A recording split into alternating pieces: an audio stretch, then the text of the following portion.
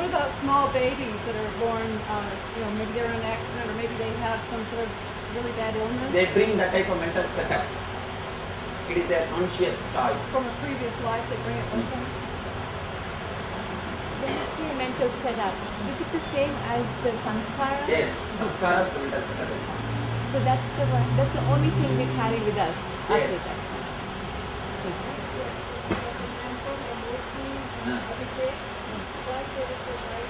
Oh, about temple and all those things we will discuss later on. And let me tell you one thing, all these temple and all for initial level people. If you can really sit and meditate, you don't need temple. Be very clear, I am making all this, I am making a spiritual supermarket now. So that all stages of people will be helped. You understand? There are some people who are standing in the first level. For them, they cannot directly start meditating. For them, they need something to relate with. So I bring all these things. So I put all these things for level 1, level 2, level 3 people. If you can meditate, forget about all these things. Do not waste your time. And let me be very open. I am very clear. See, I am not doing all these things. I don't do business out of vigrahas. I don't do business out of temple. Temple is not profession for me. Temple is not business for me. That's the reason I am very clear. That is for initial level people. People who can't sit with closed eyes. For them, at least sit with open eyes. To make them sit, to give them the initial inspiration, all those things. Please do not be caught in that. Do not be caught in that. It's like, you see, in university, first level programs, second level program, third level program. There are level courses. Same way, these are all first level programs. Nice things. Good place to start, but not the right place to end. Good place to start. You see, you feel nice, you can sit 10 minutes there. If I say normally, ordinary way, just sit 10 minutes, it will be a little difficult. But 10 minutes you can sit with him, in front of him. So these are all initial things. So do not bother too much about all those things. And do not bother too much about all those rituals also. These are all, I can say, in the first level, see, our rishis are so compassionate. They created a step by step, small steps, small steps, so that even a handicapped people can walk. See, in this country, they say that all buildings should be done in such a way, built in such a way, even handicapped people should be able to use that. Same way, our rishis have created a system, even mentally handicapped people can use. Even beginners, even for them, they created a system. These are all systems created for beginners, not for the people who start meditating. If you are not able to meditate, then take the help of all these things. If you are able to meditate, forget about all these things, straight away start meditating. I always tell people, if you don't meditate, you worship. If you don't meditate, you worship. If you start meditating, you will be worshipped. That's all. Non-meditator worships, meditator is worshipped. That's all. So be very clear. Do not be stuck in all those things. These are all nice things. Initial level. If you can go ahead, move further. If you happen to be at a place where somebody is passing on. And one more thing, please let me be very open and clear. All your prayers and all these things are nothing but awakening your own energy. Those things are done to awaken your own energy. So meditation will work much intensely than any other prayer. Any other prayer, it's like a step by step. In the initial level, you are asked to pray. Then in the next level, some japa, means repetition of mantra. Then meditation. Then naturally, ultimate enlightenment. So these are all initial level. Do not be caught in the initial things. Do not bother too much about why he is wearing that saree, why he is wearing this saree. That looks beautiful, so I put that all. People ask me, why he is standing like this? Don't ask him, how do I know?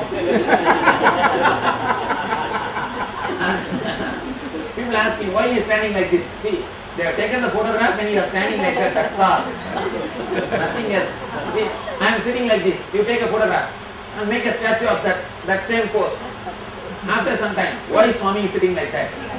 What is the meaning of his hand being like this? See, that is the time they click the photograph, that's all. So do not bother too much about all these things. And one more thing, that statues are installed so that you can relate with the divine through some form. He is formless. He is formless. But you can't directly relate with formless. You need some form. That's the reason we put some form. Whether it is Shiva or Vishnu or Venkateshwara, Rama, Krishna or Ganapati, any form is okay. It is just so that you can relate with the God. With God, some form. That's all. Don't start fighting. There's a big fight. Always people fight. Shiva is big or Krishna is big. Rama is big or Vishnu is big. I always tell people, see that Shiva and Krishna, if they meet, they will hug each other. But the Shiva's bulls and Krishna's goats always fight. They always fight with each other. And do not bother about who is big or who is great and all those things. These are all help for you to enter into meditation, that's all. I took a group of people to the temple and they have meditation at work, and they asked me why you have a white cover, and I myself didn't know. So I thought It's actually Vaishnavic mark to awaken Anya Chakra, that's all. That creates a sort of heat, and continuously your Anya will be alive, active, that's all.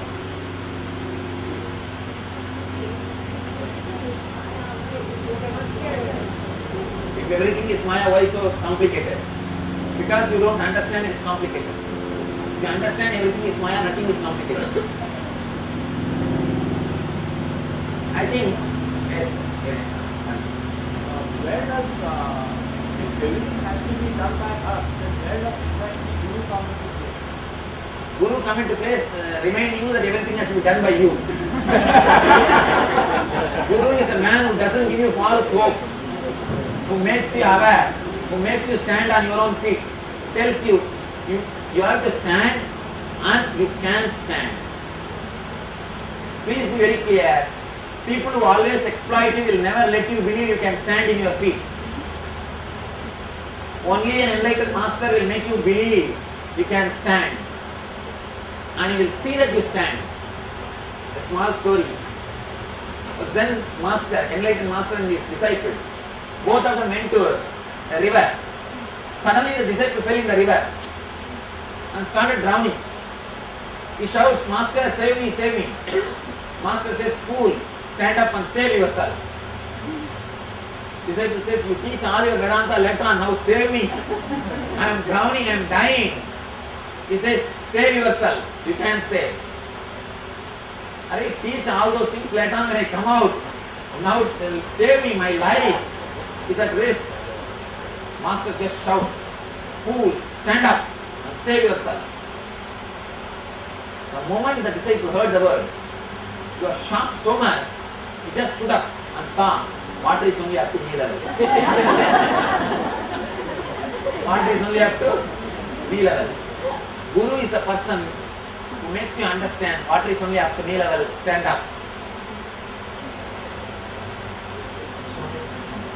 The purpose of worship, the objects, idols, forms, is only a beginning to get to the meditative state.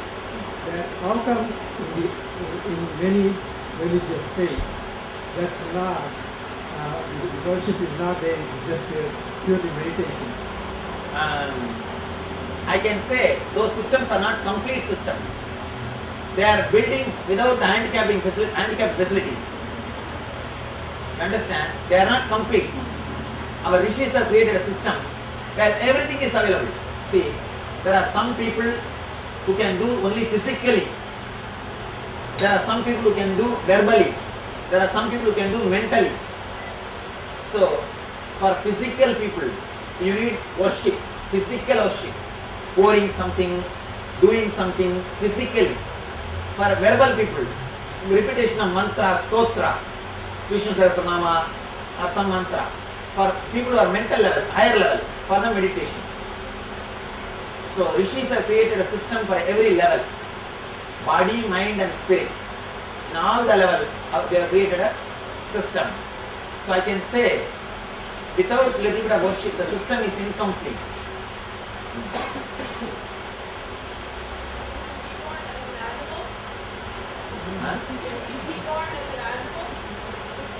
This is a nice question.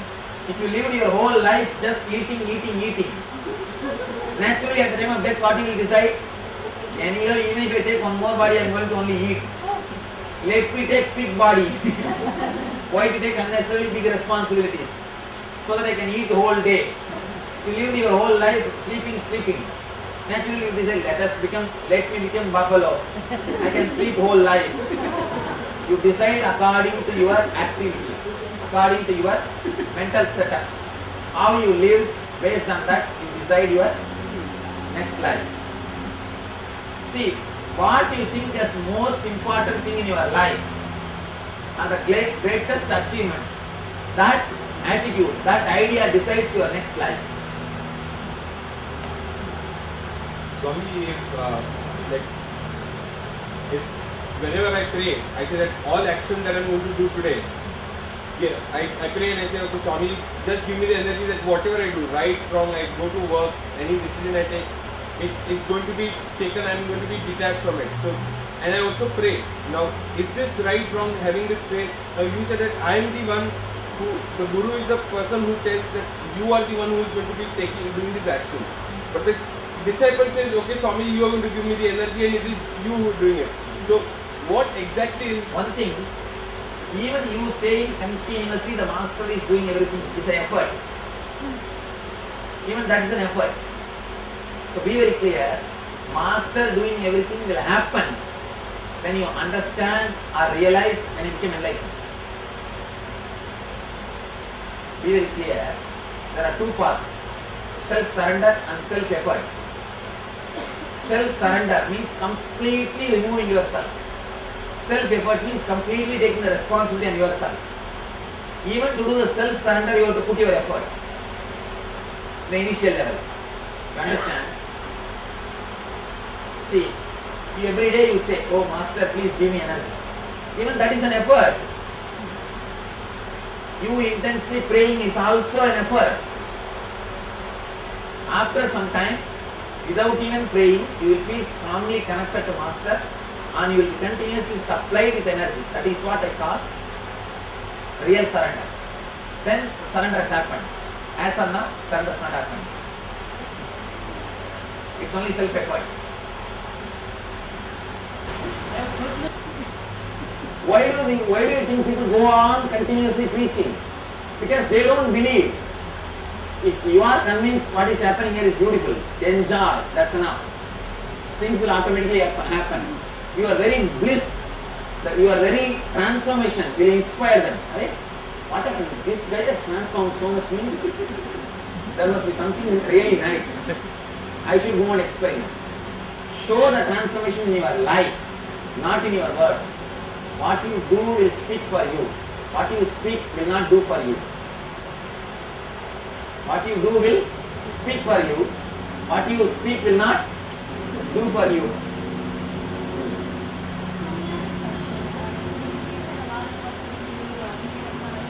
Little loud. You said that a lot of what we do and the effort is going to be ours. So, what is the process? How does that? I'm wondering how that relates to grace. No, sorry, ma. Can you come front because of the span? Well, I'm wondering because you said a lot of this depends on our own efforts. Yes. A lot of what we do depends on our own efforts. So I'm wondering where the Guru's grace comes in, or is there such a thing? Grace. Yes. The idea to make effort or the inspiration to make effort itself is a grace. Inspiration to do effort comes because of grace. All people don't get the inspiration to do effort, to make effort. You got the inspiration to make effort. Na? That itself shows that you have a grace. Yes. This question is there for a long time. You said you are liberated, do that. Who is that you always suffer? That you, as of now, is you. What do you think as you? That's where I asked you. I See, don't know. now as of now, what do you think as you? What do you think as you? I don't know that. That's Had I known, I would never answer. You see, when you work or when you sit or when you do some things, when you, for example, when you relate with your wife, you think yourself as a husband. When you relate with your daughter, you think yourself as a father. When you relate with your boss, you think yourself as a servant. When you relate with your servant, you think yourself as boss. As of now, you are all these things put together. All these things put together. When you go deep, you will suddenly realize you are not all these things. New understanding will happen. Of course, till that happens, you have to continuously pester and work with yourself. But that has to happen in you. When a person's been diagnosed with a disease, when a person's been diagnosed with cancer or a disease, do they start working on their samskaras at that point? I don't think they start working consciously. They start suffering, that's all. Working is different, suffering is different. By working, you remove the samskaras. By suffering, you may not remove. Swamiji, you speak of the great masters that are enlightened, they're in the nirvana, and then they assume a body and come in if they want, but then they don't have identity, they're merged. This is a very tricky question. In that level, you have identity and you don't have identity. It's paradox. You can't understand intellectually. And also within that, within enlightenment, I heard you say that enlightenment is called ultimate, but it's not the end. It's not the final. Right. So in nirvanic body, is it one level or is it still evolution? No, it's one level. As you understand. As you understand. More than that, only after going there you can see.